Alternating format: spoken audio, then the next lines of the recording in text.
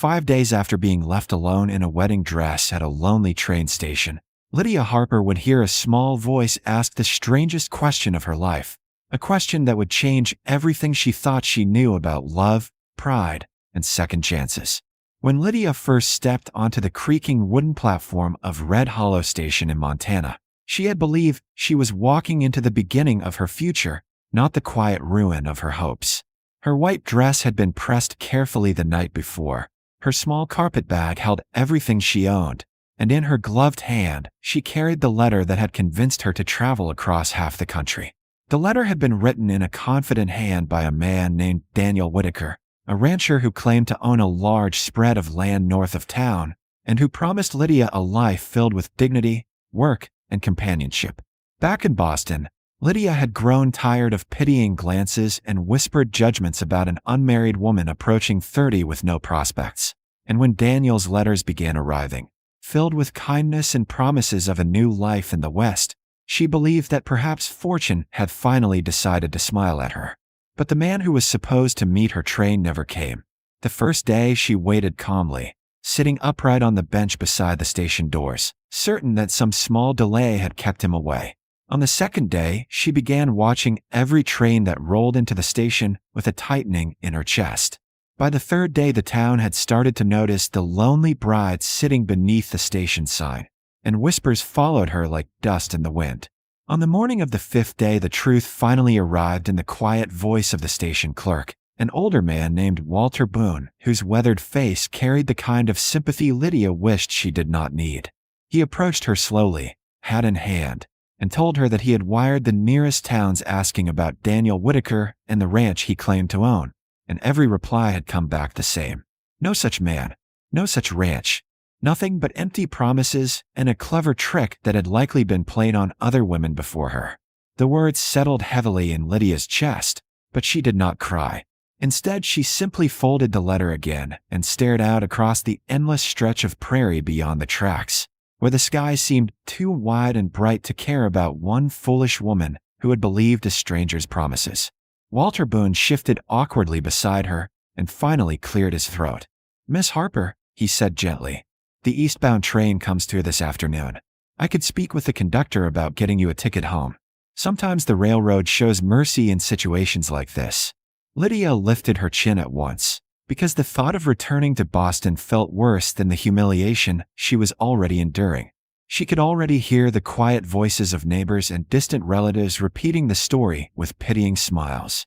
Poor Lydia, traveling all the way west for a man who never existed. Poor Lydia, always dreaming too much.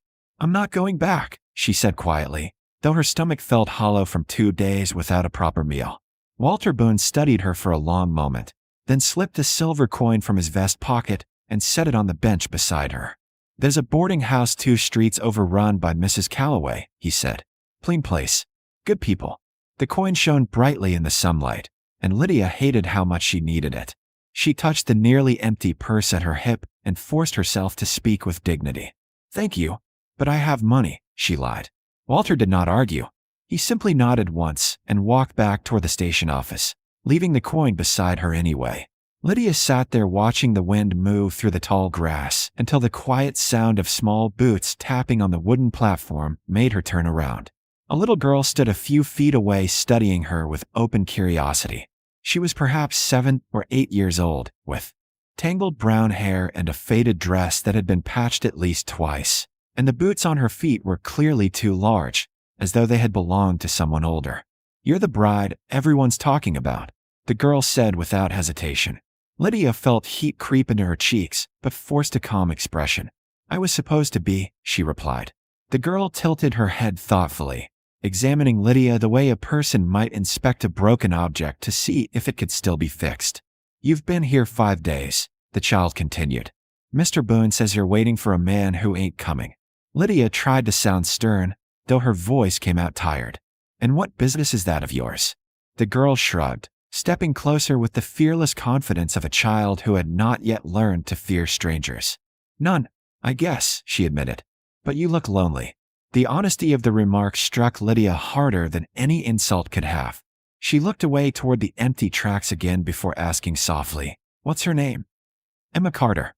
The girl answered at once. My papa owns the ranch north of town. She paused, studying Lydia's wedding dress again before adding something that made Lydia blink in surprise. My papa needs a wife. Lydia turned back toward her slowly. I beg your pardon? Emma spoke with simple seriousness. You need a husband, don't you? And my papa needs a wife. He burns everything he tries to cook, and he don't know how to braid hair. Lydia almost laughed despite herself. Child, you cannot simply decide that strangers should marry your father. Emma reached into the pocket of her dress and pulled out a small piece of bread wrapped in cloth, then held it out with quiet determination. You look hungry, she said. Lydia hesitated only a moment before accepting it, because pride had already lost most of its strength over the past 5 days. The bread was stale but welcome, and as she took a bite, Emma continued speaking with the steady logic of someone who had thought this plan through very carefully. My papa's name is Ethan Carter, she said. He's quiet most of the time, but he's good. He works hard, and he doesn't drink like some of the other men in town. Before Lydia could protest again, Emma bent down, grabbed Lydia's carpet bag with both hands, and began dragging it toward the steps leading off the platform. Come on, she said over her shoulder. You can meet him first. If you don't like him, you can still stay for supper. Lydia watched the determined child struggle with the heavy bag for a moment, then looked once more down the empty railroad tracks where she had waited so long for a man who had never existed. For the first time since stepping off the train, a small, uncertain laugh escaped her lips. She rose slowly from the bench, lifted the hem of her dusty wedding dress, and followed the little girl down the steps into the wide Montana sunlight, not knowing whether she was walking toward another mistake or the beginning of something she had never imagined. 5 days after leaving the station bench behind, Lydia Harper found herself walking across the wide Montana prairie behind a determined little girl who seemed absolutely certain she was bringing home the solution to all her problems. Emma Carter marched ahead with her oversized boots thumping against the dirt trail, dragging Lydia's carpet bag while talking nonstop about her home and her father as though the arrangement had already been decided. The wind rolled through the tall grass in slow waves, and Lydia felt both nervous and strangely calm as the town disappeared behind them. After nearly an hour, Emma finally pointed ahead to a modest ranch sitting low against the land, a sturdy log house beside a weathered red barn with smoke drifting from the chimney. That's home, Emma said proudly. Lydia slowed slightly as they reached the porch, subtly wondering how Emma's father would react to finding his daughter had brought home a stranger dressed like a forgotten bride. Emma, however, pushed the door open without hesitation. Papa, she called loudly. I brought someone. A tall man stepped out from the kitchen wiping his hands on a cloth, and when he saw Lydia standing in the doorway, he stopped cold. Ethan Carter was broad-shouldered and worn from hard work, with tired gray eyes that looked as though they had spent a long time holding quiet sadness. Emma, he said carefully, who is this? Emma smiled proudly and dropped the suitcase at his feet. This is Miss Lydia Harper, she announced. She's staying for supper. Ethan immediately looked embarrassed. Miss Harper, I'm terribly sorry, he said quickly. My daughter has a habit of making decisions before asking. But Emma crossed her arms stubbornly. She's hungry, she said. Ethan studied Lydia's dusty dress and tired face before sighing. Well, he said at last, anyone who walked 3 miles in a wedding dress deserves supper. The meal began awkwardly. The stew on the stove smelled slightly burnt, and Ethan seemed painfully aware of it. Lydia hesitated before offering gently. If you'd like, I could help. Ethan looked surprised but stepped aside. Lydia added salt and a few dried herbs hanging above the stove, stirring carefully until the smell filled the room with warmth. Emma watched with fascination from the table. When they finally began eating, Emma took one bite and her eyes widened. This tastes like Mama's cooking, she whispered. The words hung heavily in the air. Ethan's spoon stopped halfway to his mouth before he quietly set it down and stood up from the table. I should check the horses, he muttered, stepping outside quickly.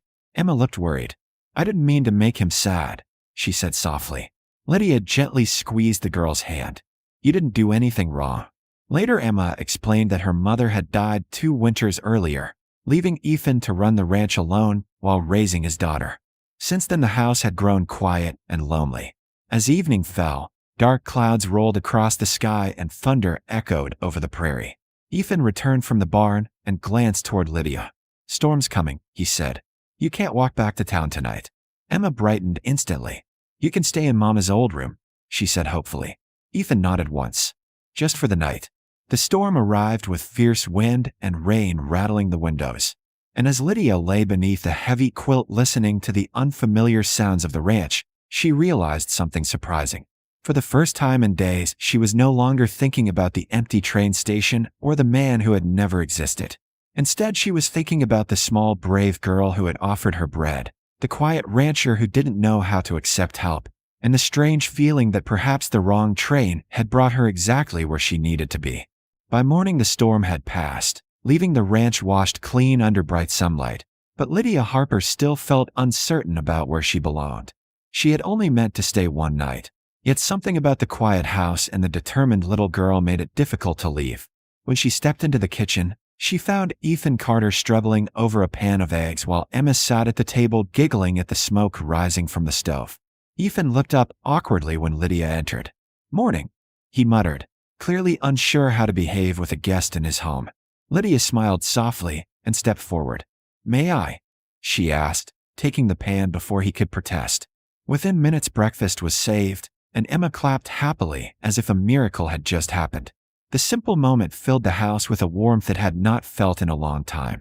That day, Lydia helped tidy the house, mend a few broken things, and even organize the ranch's messy records, discovering that Ethan had been quietly struggling to keep everything running since his wife passed away.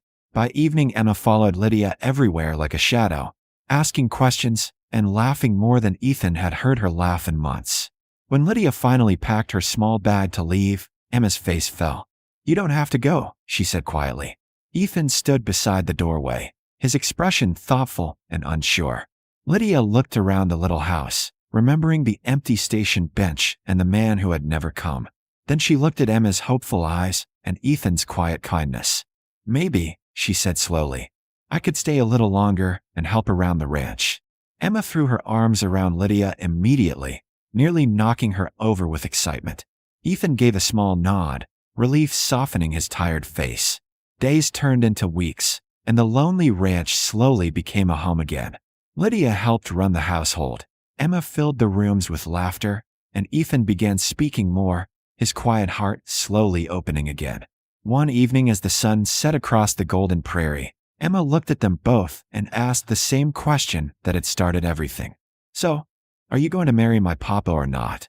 Lydia and Ethan looked at each other, surprised into laughter, and in that moment they both realized the answer had quietly grown between them all along.